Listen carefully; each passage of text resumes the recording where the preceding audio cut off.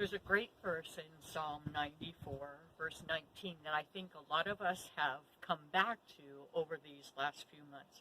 And it says, "When my anxious thoughts multiply within me, your consolations delight my soul."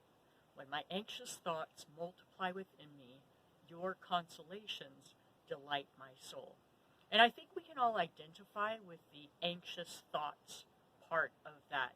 Some of us are by nature more anxious than others. And even without a global pandemic, even without racial unrest, even without loss of income or kids not being able to go to school, we are anxious. We have those anxious thoughts. But then add all of those things, and I would venture to say that most of us have spent some time wrestling with anxious thoughts.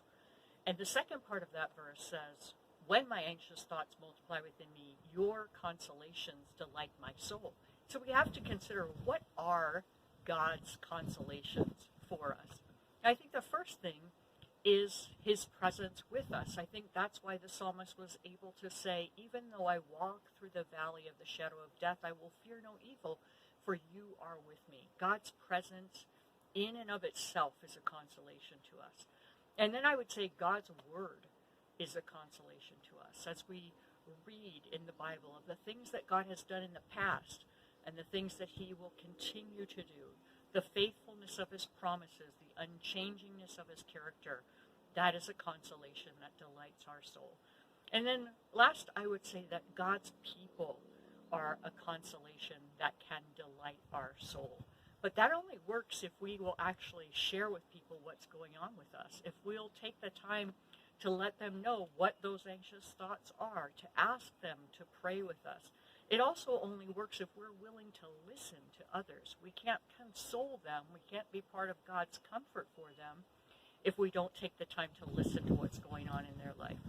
So this week, as we go forward, I would encourage you, when those anxious thoughts are multiplying, to remind yourself of God's presence with you, that promise that I will never leave you or forsake you.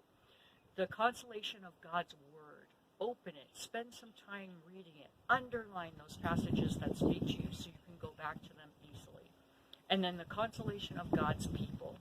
Spend some time talking to a friend. Spend some time maybe praying together, and be willing to listen so that we can be part of God's plan for bringing comfort in the midst of anxiety.